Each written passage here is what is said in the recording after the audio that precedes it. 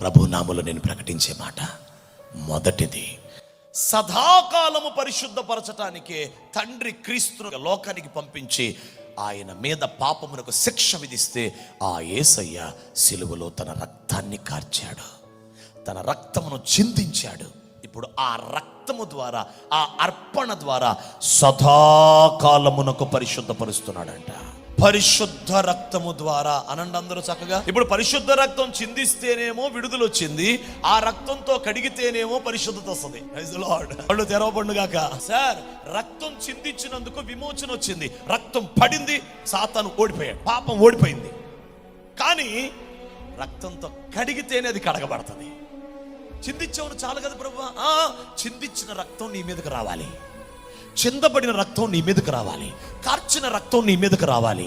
ఆ రక్తం వస్తేనే, ఆ రక్తం మనల్ని కడిగితేనే మనం సదాకాలమునకు కావలసిన పరిశుద్ధత ప్రాసెస్లో, ఆ ప్రక్రియలో అడుగు పెడతాం, దాన్ని పొందుకుంటాం. దేవునికి స్తోత్రం కలుగును గాక. హల్లెలూయా.